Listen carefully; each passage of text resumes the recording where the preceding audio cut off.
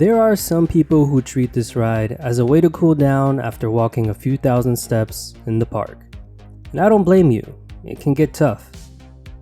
But there are others, myself included, who hold this ride in such high regard that riding it truly makes the day a tad more magical than it already was. Come on, you mean to tell me when that patented smell of this boat ride hits your nostrils, it doesn't alter your brain chemistry into pure enjoyment? No? Just me? Okay, fine. Well, my name is Park Hopper Chris, and this is Sunday Ride Showcase, a weekly series where every Sunday I'll take an iconic attraction from around the world and do a deep dive into the history and its lasting impact on the theme park world.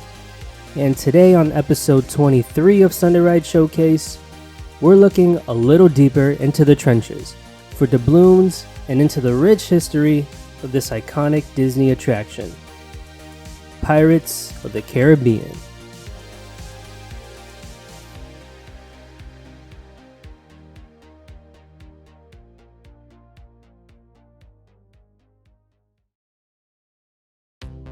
Before there were fast passes or firework drones, Walt Disney had a dream: to create a fully immersive theme park where guests could step into the worlds of fantasy and adventure.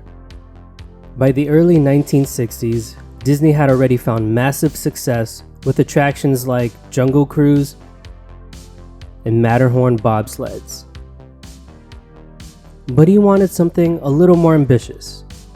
Originally, Pirates of the Caribbean was envisioned as a wax museum walkthrough attraction in New Orleans Square. Guests would wander through scenes filled with static figures telling stories of pirates, treasure, and sea battles. All of this changed with the development of the boat system used for It's a Small World at the 1964 World's Fair. With a trackless boat system proving successful, Imagineers pivoted, and Pirates of the Caribbean became something entirely new, a water-based dark ride filled with motion, music, and action. Construction began in 1965. Sadly, Walt Disney passed away in December 1966, just months before the ride opened to the public in March 1967. Pirates was one of the last attractions Walt personally oversaw, and it shows. The detail, scope, and storytelling set a new gold standard for theme park attractions.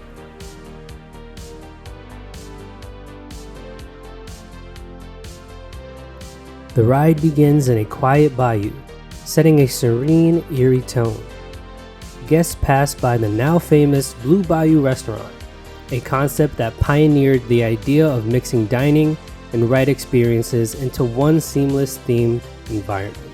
Then comes the drop, literally.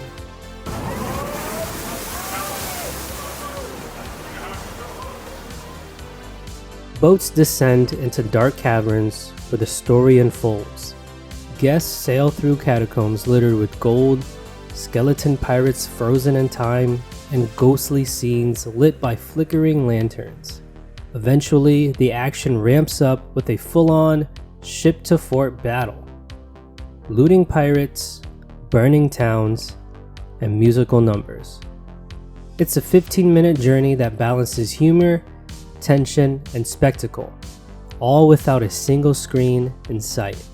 When Walt Disney World opened in 1971, Pirates was noticeably absent.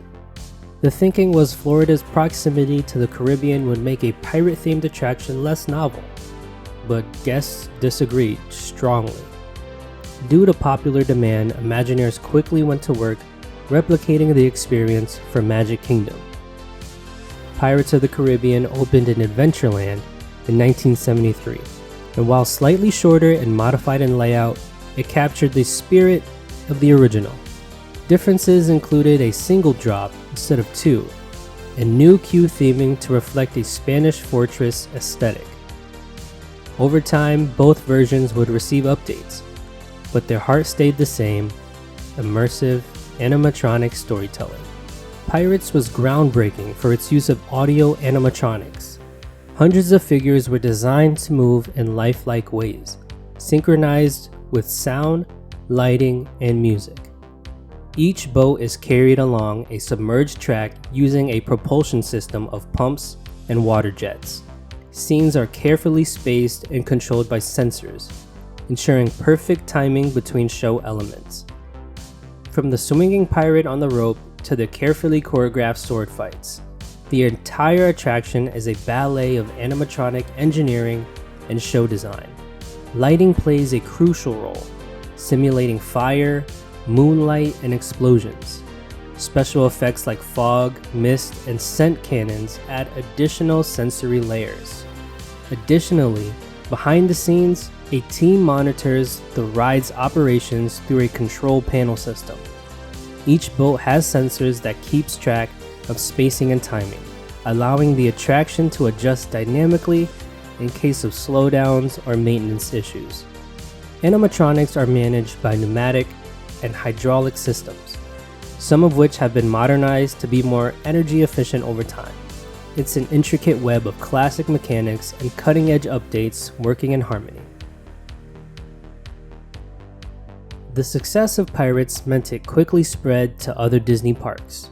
Tokyo Disneyland opened its version in 1983, a near identical copy of the California ride. Disneyland Paris debuted its version in 1992, flipping the layout and adding even more detail and show scenes. Many fans consider it the best version of the classic style. Then came Shanghai Disneyland in 2016, with a radically different take. Pirates of the Caribbean Battle for the Sunken Treasure is a high-tech marvel. It uses massive projection mapping, trackless boat systems, and physical sets on a cinematic scale.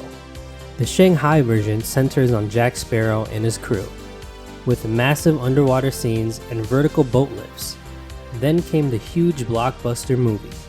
In 2003, Pirates of the Caribbean made its cinematic debut with The Curse of the Black Pearl. Many were skeptical. How do you turn a boat ride into a movie? Well, Johnny Depp. Lean into supernatural storytelling and make it fun. The movie became a global hit and launched a billion-dollar franchise.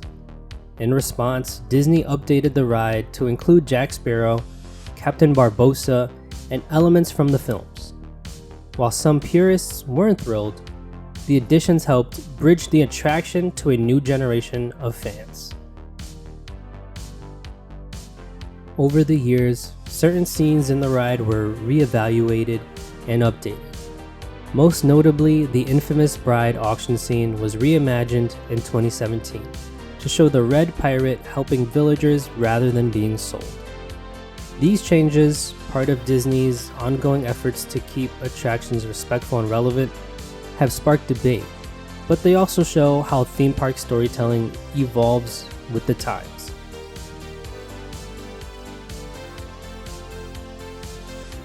So why does Pirates of the Caribbean endure? It's not just nostalgia. It's because the ride invites you into a fully realized world, with humor, danger, and charm all in one experience. It's a ride you can go on 100 times and still notice something new. It's slow-paced but thrilling.